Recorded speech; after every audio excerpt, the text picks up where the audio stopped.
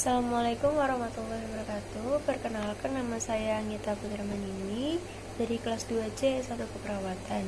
Di sini saya akan menjelaskan sedikit mengenai CCU atau Cross Cultural Understanding, yaitu suatu materi yang membahas tentang budaya-budaya asing dan memahami budaya orang lain yang berbeda.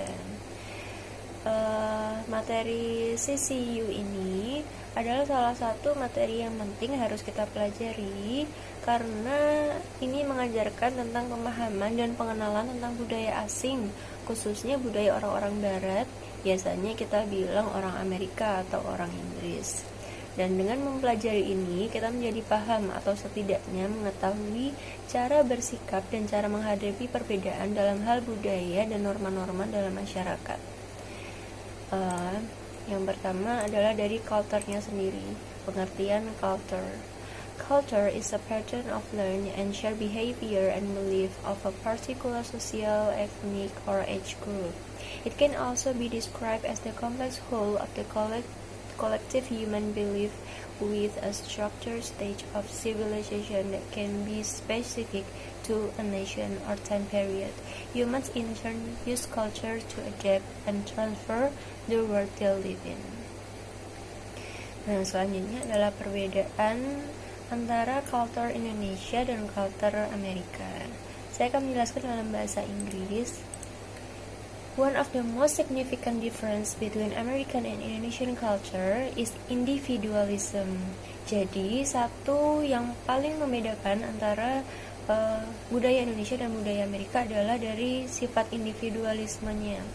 Americans tend to be very individualistic, whereas Indonesians tend to be a group and family-based oriented. Most American adults leave their homes and want to be independent when they turn 18, whereas so many Indonesians live with their parents even after they have married and have kids. Indonesian families stick together to ensure each member of the family internalize the same values. Nah, jadi orang Barat itu, orang Amerika, mereka ketika usianya sudah melebihi 18 tahun, mereka punya biasanya di sana itu sudah hidup mandiri, hidup sendiri, entah itu punya rumah sendiri atau di apartemen. Kalau di Indonesia, biasanya bahkan sudah menikah dan sampai punya anak pun masih hidup tinggal sama-sama menjadi keluarga besar dalam satu rumah, satu atap.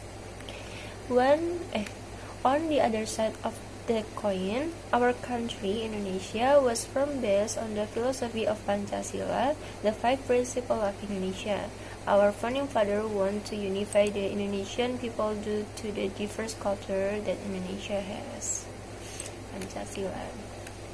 Secondly, yang kedua, America has a lower poverty standard than Indonesia. What does that mean? Here is an example. In Indonesia, we are prone to have space with our boss in the workplace due to a strict hierarchy. We tend to call our boss Mr. or Mrs. because our supervisors are usually older than we are. However, no matter how old your boss is, you can just call that person by their first name in the United States. Nah, kalau di Barat, dengan atasan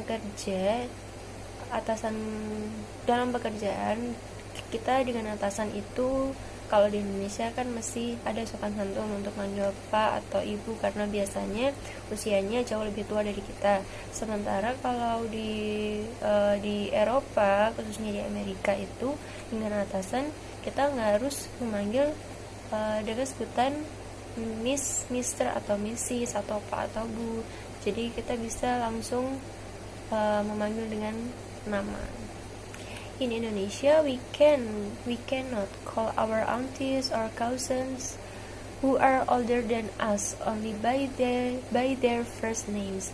It's considered impolite. By contrast, in America, it is customary to call everyone by their first name, even older people. Americans even refer to their parents as you. This is forbidden in Indonesian culture because it is considered rude. Nah, termasuk juga dalam lingkungan keluarga. Di Indonesia, di budaya Indonesia, dengan orang tua kita masih harus memanggil dengan sebutan bapak atau ibu. Dengan Pak D, Bude, Om dan Tante dan sebagainya. Ketika dalam keluarga itu usianya lebih tua dari kita, sementara di Amerika kita bisa langsung memanggil dengan namanya saja. Karena di Indonesia hal-hal seperti itu dianggap tidak sopan, sementara di luar negeri budaya itu dianggap hal yang biasa, hal yang normal. Yang ketiga, thirdly, when we talk about educational culture, Indonesia and America are very different. I would say that America has more strict academic protocol than Indonesia. Discipline is the word that comes to mind when I think about the educational culture in America. In the US, we are expected to finish all tasks on time, no matter what. The student cannot turn assignment in late unless they are sick. Also, all assignments are due at midnight. In my opinion, American culture and Indonesian culture are very different. These two cultures are very interesting. It requires acceptance to fully understand what it is, and there is no wrong or right in terms of culture because we all come from different world school. Nah, termasuk dalam perbedaan dalam dunia pendidikan di Barat, khususnya di Amerika yang sedang kita bahas, itu mereka lebih meningkatkan kedisiplinan, contohnya dalam hal mengumpulkan tugas. Ketika deadline-nya misalnya sudah jam 12 malam, ya orang-orang Amerika itu terbiasa untuk disiplin mengumpulkan tepat waktu. Beda dengan di Indonesia. Di Indonesia itu terbiasa dengan istilah ngaret atau mengampangkan, melalaikan waktu, padahal waktu adalah emas.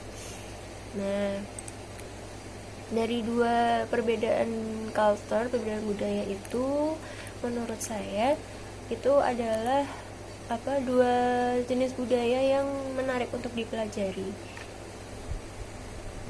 karena memiliki plus dan minus masing-masing. Nah, dari dua itu kita bisa mengambil mana yang sekiranya cocok dengan kepribadian dan kebudayaan kita di Indonesia. Berarti harus meninggikan budaya sopan santun, kemudian cara bertutur kata yang sopan, khususnya di Jawa cara berkomunikasi dengan teman sebaya, dengan orang tua itu berbeda gitu. Kemudian selanjutnya membahas mengenai verb pattern, rule and style of speaking, invitation and directness. Yang pertama adalah verb pattern. Verb pattern yaitu pola kata kerja, apakah suatu kata kerja diikuti oleh noun, adverb, adjective atau bahkan tidak diikuti kata apapun. Biasanya dalam verb pattern ini dalam satu kalimat ketika ada dua kata kerja pertama itu pasti diikuti oleh kata kerja kedua. Contohnya, I want to buy a novel Harry Potter by J.K. Rowling. Di sini ada dua kata kerja yaitu want diikuti oleh by gitu. Yang kedua yaitu rule and style of speaking, yaitu tata bahasa dan gaya komunikasi yang digunakan oleh orang Amerika dalam kehidupan sehari-harinya. Ini tergantung situasi dan kondisi, dan juga dengan siapa kita berbicara. Contohnya adalah thank you. Itu adalah ucapan terima kasih. Contohnya situasinya ketika kita sedang membeli suatu barang, kita akan mengucapkan terima kasih kepada seller atau pada penjualnya. Yang ketiga adalah invitation, yaitu membuat undangan untuk mengajak seseorang dalam suatu kegiatan atau acara. Jadi invitation ini ada dua, ada undangan formal dan informal. Dalam formal itu bisa menggunakan ekspresi seperti how would you like to see, I would very happy if you come, bla bla bla. Kalau informal, yang tidak formal, kita dapat menggunakan ekspresi seperti can you come, bla bla bla, do you want to see, bla bla bla.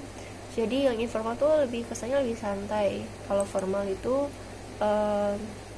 lebih formal ya. Selanjutnya adalah directness, yaitu kalimat langsung, intinya to the point, pada intinya, atau komunikasi yang apa adanya dan terbuka. Contohnya, give me that phone to me, berikan handphonenya kepadaku. Kalimat verbal ya, kalimat langsung.